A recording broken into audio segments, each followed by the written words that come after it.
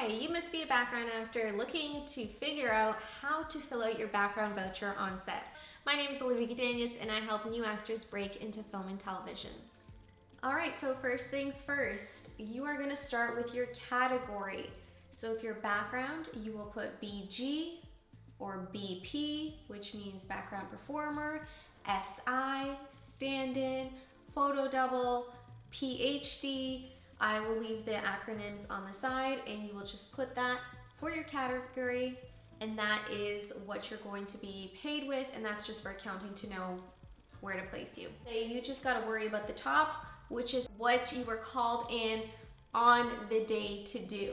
Anything after, they're going to take over because they're not going to want anybody messing up with any extra money. So don't worry about that. Just get your category down right. The date, you can write that any way you like. I like to do it by the month. So if it's December, I write 12. If it's the 1st, I write -01 whatever year it is. But you can write it out, it's up to you. Just make sure they can read it clearly. Next is your performer number. That is your ACTRA number. As a full member, mine starts with a T. If you're an apprentice, I know a lot of them start with AM. Whatever the number is, just write it out. You'll have it on your ACTRA card. If you're AABP, again, write that out. And then here, you're just gonna select if you're full member, apprentice, AABP, permittee. You just check it off what you are for the day. All right, moving along, we're gonna have performer name. That is your given name. Remember, this is for payroll. If you have a stage name, you can put it in brackets, but this is whatever it should be on your legal paperwork because it's coming to your house and I don't want you to have problems after cashing in your check. You know what I mean? Okay. Next is address. What we're gonna write for address, if you are a full member, apprentice, you just write your home address. This is also something you can work out with your agent. Some of them request that it gets sent to the agency, but if you're an ACTRA member, you technically should have the option for it to go to your home. Phone number, put your phone number that you want to be contacted. SIN, your social insurance number. If you are a PR resident, permanent resident, I guess you could put your PR number there. Whatever you need in order to work, that's what I would put there. Your email. If you have an HST number, we're gonna squeeze that long number into this little box. If not, you can omit it. Date of birth, only if you are a minor. Production title. So the information for the next few slots is gonna be found on a call sheet. If the production on the day of is not showing you the call sheet, they will most likely have a piece of paper kind of like this, and it'll say like production title, the Olivia G show. See what I did there? Then they will say episode title and number, my 500th episode. And so you literally just take that information and you place it in the slots. Let's call them slots. Production company will be on the call sheet at the top upper left-hand corner. Again, if you don't see it on an actual call sheet, it will be on a piece of paper. You can ask the AD that's signing you in. Under there is performer signature. That's you. Sign it away. Under that is the producer's representative, which is the AD who is signing you out. We'll keep going throughout the rest, but since we're on this call now, I'm just gonna complete it. If you agree to everything that's put on this call sheet, you will initial or check mark. I check mark. Sometimes they want you to initial. Sometimes they want you to do both. If you don't, no one should be starting a huge argument with you, but the AD is not the one paying you, so you should not be getting into a huge clash over it, but they'll have some explaining to do. So if you do disagree, no, it's not the end of the world. It just means that ACTRA is going to look over your voucher and you'll be able to have a dialogue to fight for credit or an upgrade. If you hit agree, it'll be a little harder, but still I think it would be possible. All right, let's get into the middle section here. So underneath the date here, you're gonna have the call time and the crew call. Crew call is when the whole production starts. It's gonna be big, bolded on the call sheet. Let's say it's 1 p.m. As a background performer, you could be called in before crew call, or you can be called in after crew call. So let's say I was called in at 10 a.m. So I'm gonna write 10:00. Crew call we said was 1. So we would write 1300 because we're using military time, the 24-hour clock. So if you don't know how all that time goes, it's time to switch your cell phone to military time just to get you sharp with the numbers. It's gonna help. That's what I did, and it definitely helped me out. After date, call time, crew call, we're gonna have travel too. When shows are in Hamilton and the production office is in Toronto, you will get travel. It doesn't mean how far you necessarily travel. Travel is calculated from either the Actra office, and there's a radius where, let's say it's like 45 kilometers, and anything after that would be considered travel time. You do not have to guess the times for travel. It will always say it on the call sheet. It'll say 66 minutes, 64 minutes. Actra is now going in 6-minute increments. It could be an hour, it could be 45 minutes. If you don't know, an AD will tell you.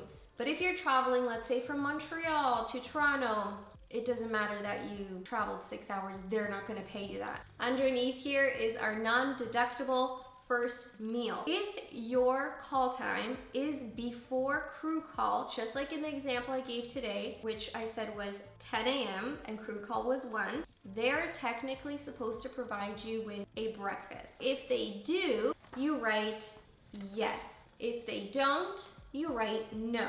When you get breakfast, it automatically moves up your call time to crew call in the realm of lunch time. I know that was a mouthful. I'm going to repeat that and break it down. So from when you come in, they are supposed to feed you 6 hours after you come in. Otherwise, you get a meal penalty. Keep in mind, this is only for Actra performers. If you are non-union or AABP, this does not apply. So we came in at 10 a.m., crew calls not till 1, but they give us our breakfast. So technically our 6-hour lunch is now 1. If they didn't give you breakfast, 6 hours after 10 a.m., you would go into meal penalty if they didn't feed you by then. If that's not making sense, please message me in the comment box and I will further explain. Makeup wardrobe call. This is usually 12 minutes. So 6 minutes for hair and makeup, 6 minutes for wardrobe. Under hair and makeup, this is after your call time. So if our call time was 10 a.m., makeup, our start would be 10 a.m. to finish 10:12. If they don't change you, don't do your hair and makeup, I cross it out. I'm gonna save that little spiel for part 2. 90% of the time they will adjust you, so you just write your 12 minutes, and your set call is when you finished your hair and makeup. So even though crew call's not till 1, I won't be on set till 1, the set call would be 10:12 because that's technically when you're ready to go. Substantial provided. If they give you a snack throughout the day, this is complimentary. They don't have to. They used to have to. Now with the agreement, they don't. But if they do, check it off. If they don't, you could hit no. It really doesn't affect your paycheck. All right, we're getting into the meal penalty. So what we know about food already is that from the time you come in, 6 hours after, they're supposed to feed you. But if they give you that breakfast, your call time automatically gets pulled to crew call. I'm just the messenger, guys. So first meal. So let's say they broke us for lunch, which means the cast and crew goes through first, background has to wait, then they can go through once we get word from an AD. But for the most part, everyone will just have like lunch from, let's do 3 to 4 here. So we would write 1500 to 1600 because again, we're doing that 24-hour clock, military time, etc. If they happen to be late, you can check this meal penalty box, which entitles you to a bit more money, but the ADs will be yelling, everybody, we're gonna write on paper 1500 to 1600. If you don't hear it yelling, ask your neighbor, go up to the sign in person, ask them. When you're a non-union performer, they give you white vouchers, so you will not be writing down lunch. But for AABP, Actor Apprentice, Actor Full members, this is the way we do it. Second meal is 6 hours after first meal. You just do a check mark under penalty. I would say 99.9% of the time we do not have a sit down second meal. If they do, then that meal is not paid for. It's just an hour out of your day that you're on another break. All right, we're almost done, hang in there. Wrap time. This is what the AD who signs you in is going to write when they're checking you out at the end of the day. You don't need to write it in, they're gonna take care of it. And if there was travel is written at the bottom. You get travel if you work more than 8 hours. If you don't, it's kind of like automatically included in your standard 8-hour fee. Because as an ACTRA member, ABP, apprentice, non-union, full member, all of that, you automatically get paid 8 hours, whether or not you work for 5 minutes or the full 8 hours. That's kind of just how it goes here. So if you get over 8 hours, you will get your travel. People love to stay for that. Right under that is the turnaround. Quickly touch on it because we're already here, you're learning, you're eager, right? When you're on a show on a consecutive number of days, but you're supposed to have at least 11 hours between wrapping today till being called tomorrow.